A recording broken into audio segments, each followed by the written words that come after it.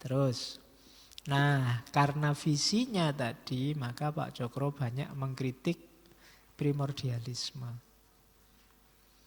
Jawa merasa unggul dengan Jawanya, merasa bahwa sesungguhnya orang Jawa itu adalah ras yang paling unggul di muka bumi ini.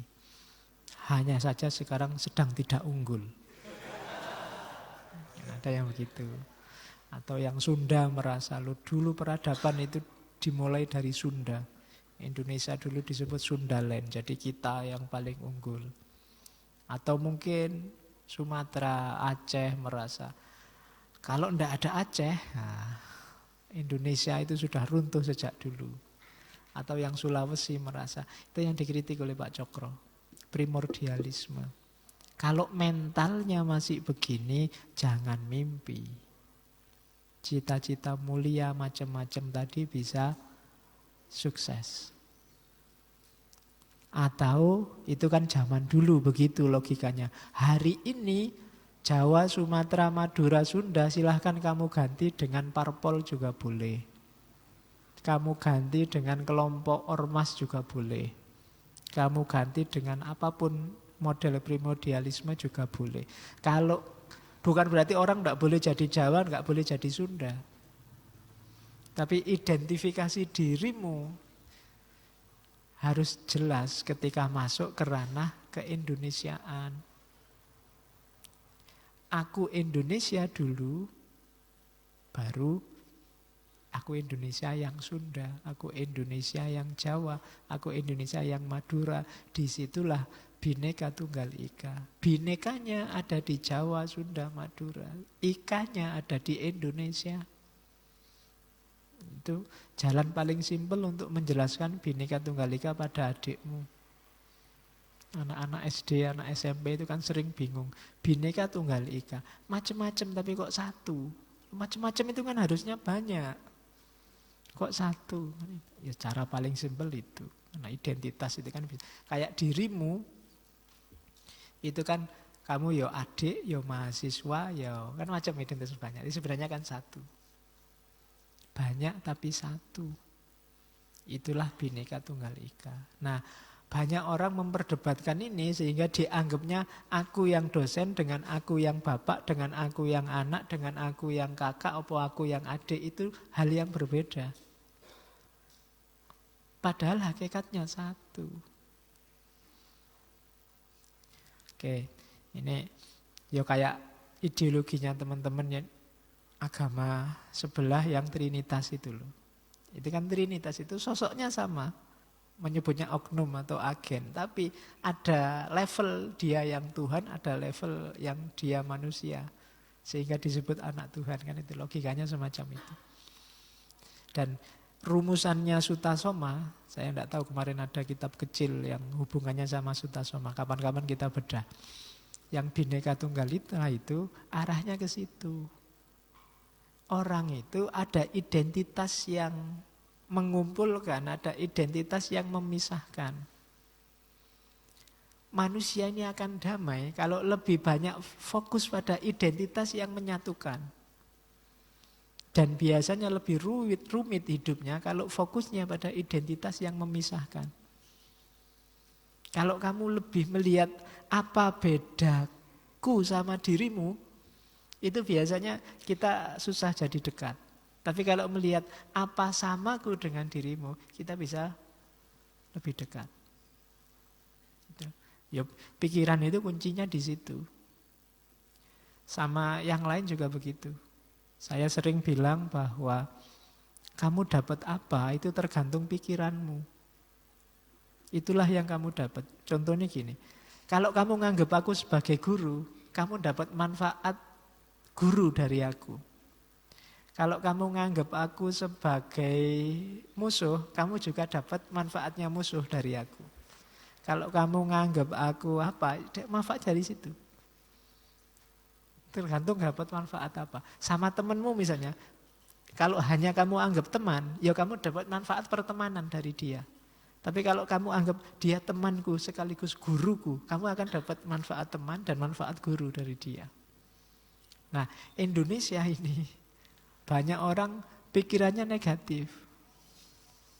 Sehingga rasanya berat sekali untuk bersatu. Orang melihat yang lain sebagai musuh, maka dari saudara sendiri dia dapat manfaat permusuhan.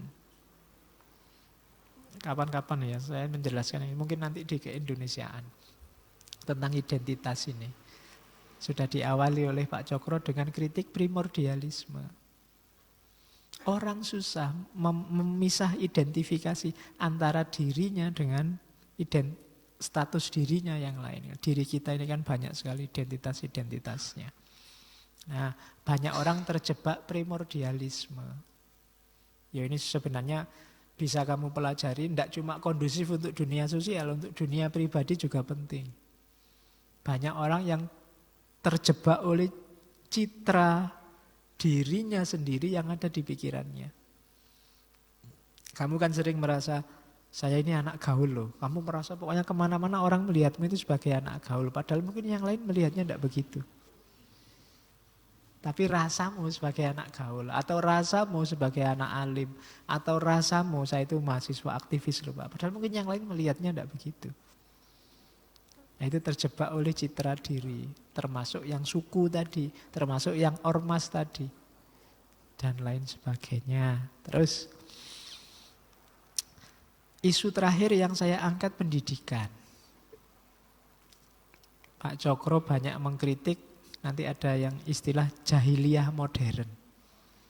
Ya, saya tidak tahu masih laku apa enggak jahiliyah modern. Kalau mau bikin yang baru boleh, jahiliyah postmodern.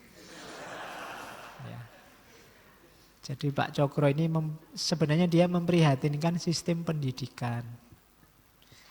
Ya nanti dari sini nanti lahir beberapa yayasan pendidikan yang afiliasinya ke Pak Cokro, termasuk di Jogja kan ada sampai universitas segala, Cokro Aminoto. Ya, ada yang alumni sana. Oke. Jadi yaitu kalimat kegelisahannya. Di kota-kota besar tampak kerusakan moral. Dan seterusnya itu ada kalimat pelacuran segala dan macam-macam. Jadi moralnya rusak, sebabnya apa? Karena anak-anak muda tidak dilatih mengendalikan dirinya. Kita kebanyakan dalam pendidikan dilatih mewujudkan keinginannya. Coba dilihat. Anak sejak SD, TK, pertanyaan pertama oleh gurunya biasanya besok kalau besar mau jadi apa? Ya untungnya anak kecil jawabnya ngawur. Coba sudah lebih cerdas, mungkin mau jadi mantunya Bu Guru, mau jadi misalnya. Bisa jawab itu, ya cah cilik jawabnya pilot, dokter. Itu kan sejak kecil dilatih untuk mewujudkan keinginan, melampiaskan hasrat. Ya ndak keliru, tapi kalau nggak diimbangi ajaran mengendalikan diri, ajaran mengendalikan jiwa, ini bisa merusak mentalnya. Anak dilatih bermimpi, bercita-cita, melampiaskan keinginan, tapi tidak dilatih mengendalikan diri sejak awal. Nah, itu diantara kegelisahannya Pak Cokro. Sehingga zaman itu menurut Pak Cokro melahirkan jahiliyah modern. Jadi anak muda cowok cewek wah sudah berdua-duaan. Zaman dulu berdua-duaan itu sudah mengerikan. Di jalan berdua, sekarang kan jarang kan jalan berdua, paling masuk kamar. Jadi enggak terlalu mengerikan lagi. Kalau dulu enggak boleh kamu jalan-jalan. Boncengan aja enggak boleh. Kalau sekarang kan biar aman, ya semuanya dikasih istilah syar'i. Nah, sehingga kalau sudah syar'i tidak apa-apa. Saya kemarin ada yang bilang bahwa di Puncak, di Bogor itu kan ada istilah baru namanya ya prostitusi syariah.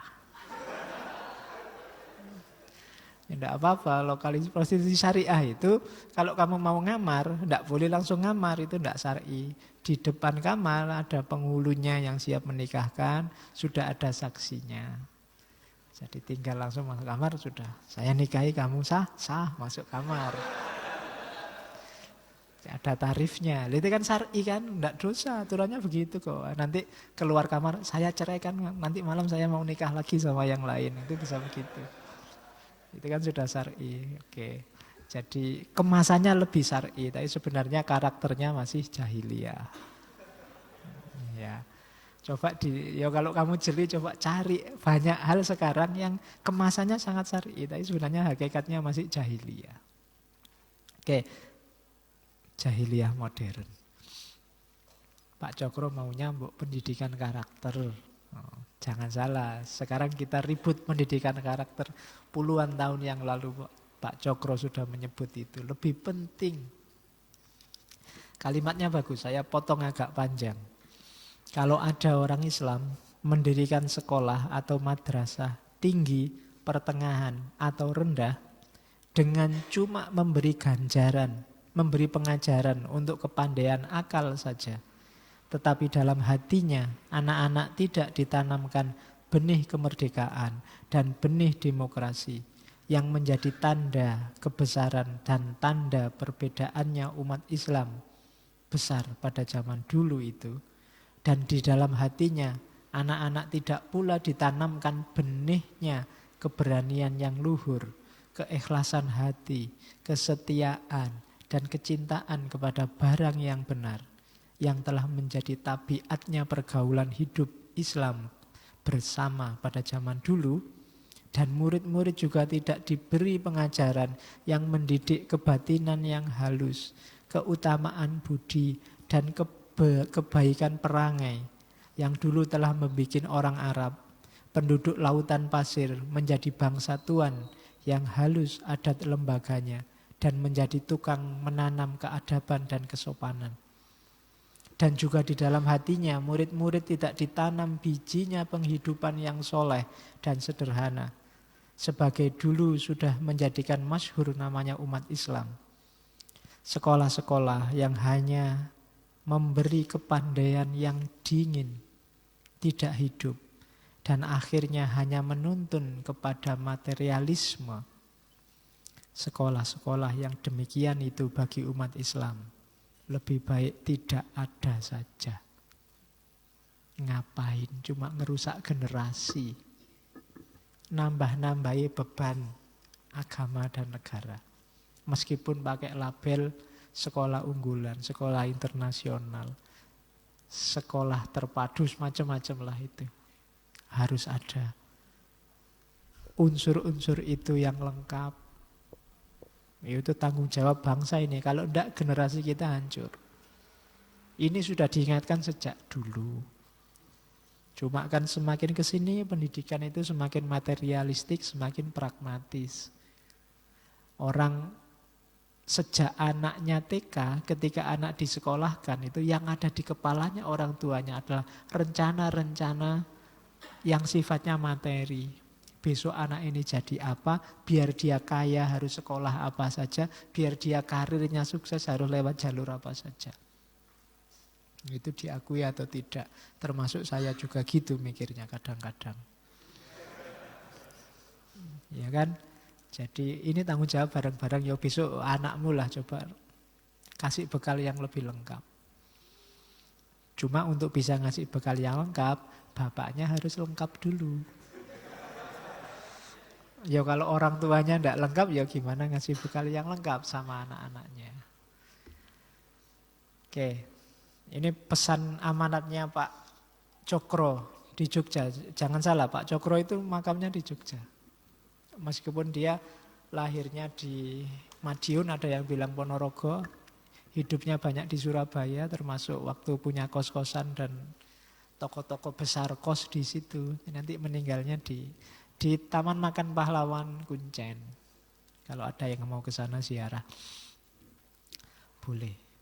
Ya kan keturunannya masih eksis, masih ada yayasannya, juga beberapa punya lembaga sendiri atas nama Pak Cokro. Masih yang paling terkenal di antara keturunannya adalah ya istrinya Ahmad Dhani, Mbak Maya Estianti, itu cicitnya. Jadi cicit itu anaknya cucu. Ya. Kalau bahasa Indonesia cuma sampai cicit, kalau Jawa bisa sampai panjang sampai 13 masih ada istilahnya.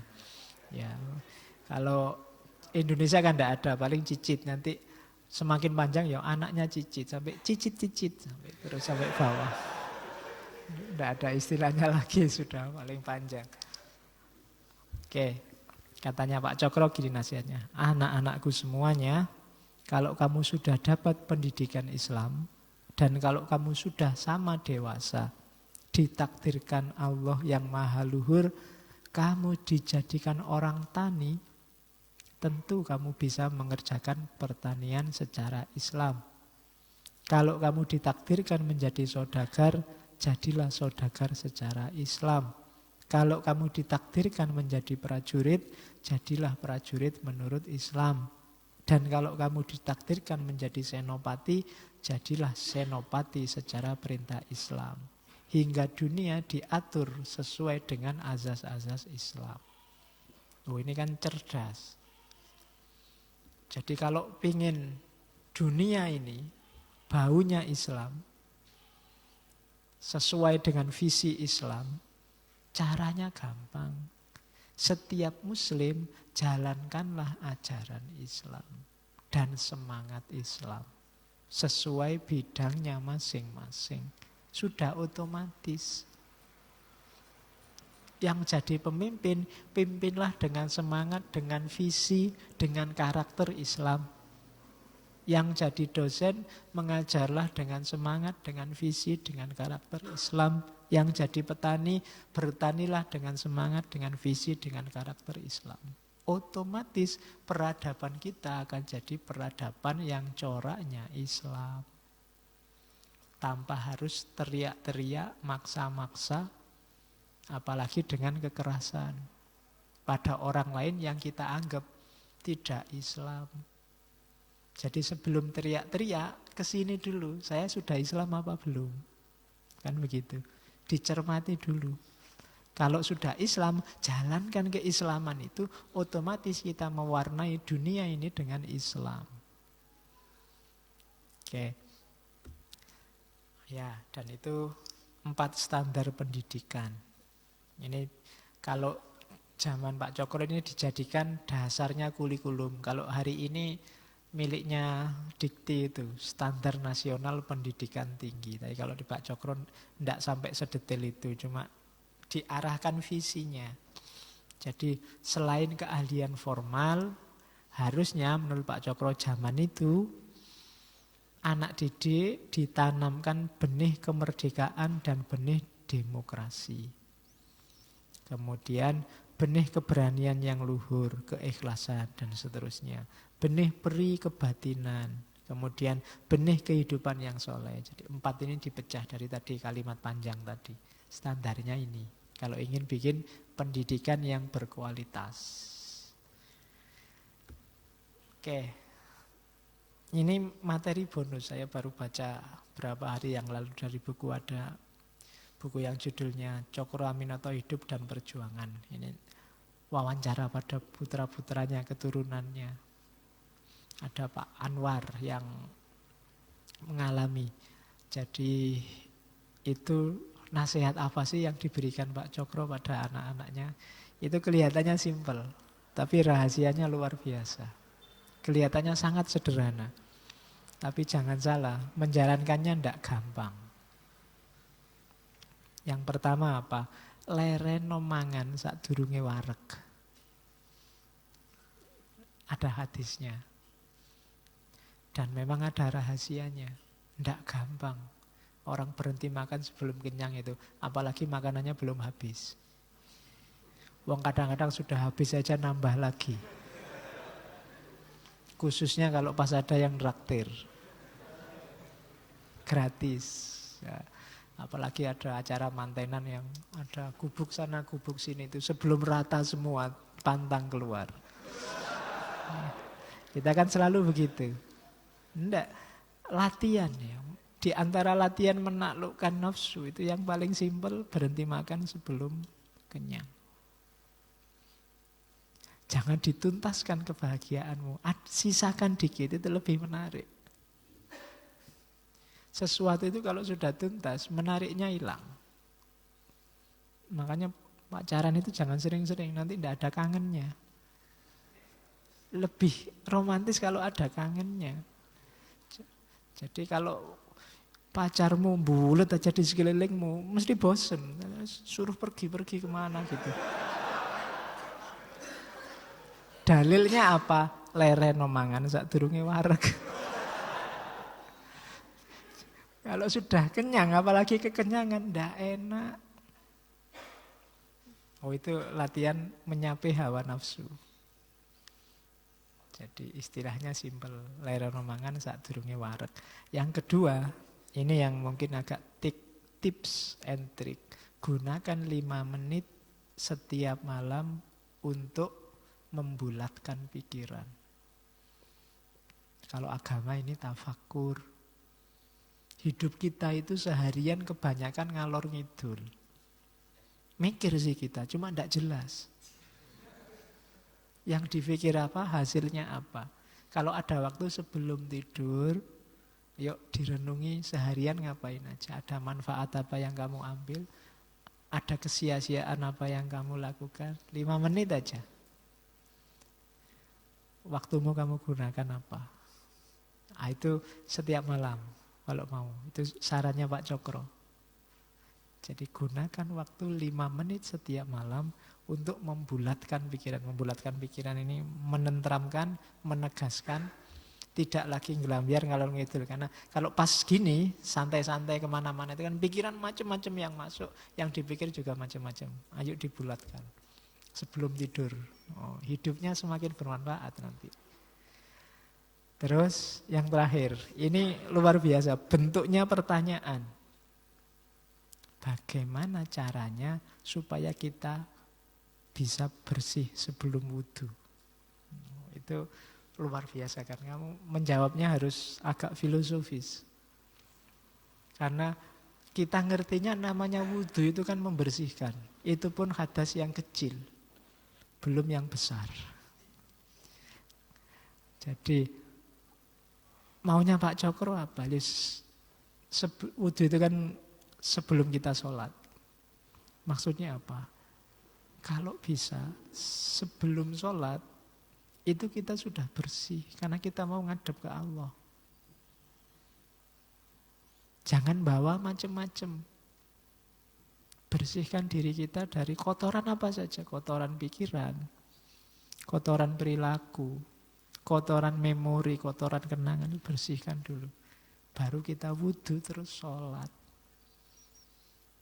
Itu lebih terasa manfaatnya sholat kemarin waktu kita ngomong sholat. Tapi kalau sambil sholat segala kotoran, segala sampah, pikiran sampah, angen-angen sampah, masalah kita bawa, insya Allah yang sholat cuma fisik. Batinnya pasti tidak ikut sholat. Karena sambil sholat pikiran kita kemana-mana. Bahkan yang tidak penting sekalipun ikut masuk. Sambil sholat ada cecek lewat. Wah, cecek itu kalau jatuh ke sini gawat itu salah gini. Ya kan? Jadi pikiran kita itu makhluk yang sangat mudah berubah-ubah. Sangat mudah terpengaruh, sangat rentan. Maka ada baiknya sebelum wudhu kita sudah bersih. Sehingga waktu kita menghadap ke Allah itu lebih bisa terasa, lebih bisa ada manfaatnya. Jadi itu 3 nasihat yang luar biasa menurut saya, nilai filosofisnya. Meskipun tidak diambil filosofis pun dilaksanakan saja juga bagus. Oke, itu ada beberapa kutipan yang menurut saya bagus. Yang putih itu kalimat yang bikin Soekarno terobsesi luar biasa. Nanti ceritanya setelah dikasih kalimat itu, tiap malam Soekarno latihan orasi. Sampai diketawain sama teman-temannya. Kartosuwiryo diketawain sama Muso, Semakmun, dan kawan-kawan. Jadi kalau ingin jadi orang besar, katanya Cokro Aminoto, bila kalian ingin jadi pemimpin besar, menulislah seperti wartawan dan bicaralah seperti orator. Yo, yang latihan, yang suka demo mesti isolah paling enggak. Jadi orator. Jangan dibalik ya, menulis seperti orator, terus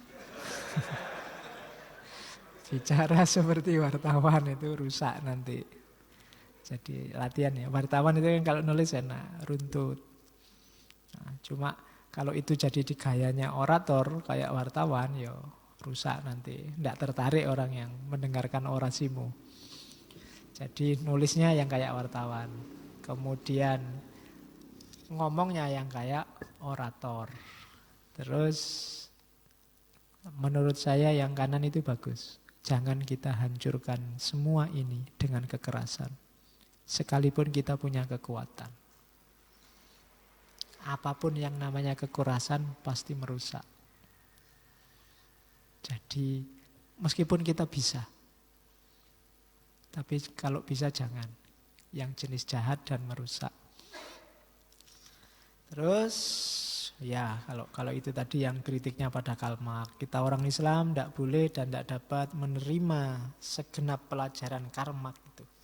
Karena historis materialisme itu mungkir pada Allah dan bertuhankan pada benda. Tadi sudah dijelaskan di depan. Oke, itu Pak Cokro. Jadi malam ini kita semoga sudah sedikit banyak bisa meraba seperti apa gagasan-gagasan Pak Cokro. Selain perjuangannya seperti antara lain yang ada dalam film. Oke, minggu depan kita ketemu dengan Tan Malaka. Ada yang bilang dia di antara muridnya Pak Cokro meskipun wawasannya jauh lebih provokatif dibandingkan Pak Cokro. Dengan kisahnya sendiri dan narasinya sendiri. Oke, saya akhiri sekian. Kurang lebihnya mohon maaf. Wallahul muwafiq. Wallahu a'lam bissawab. Wassalamualaikum warahmatullahi wabarakatuh.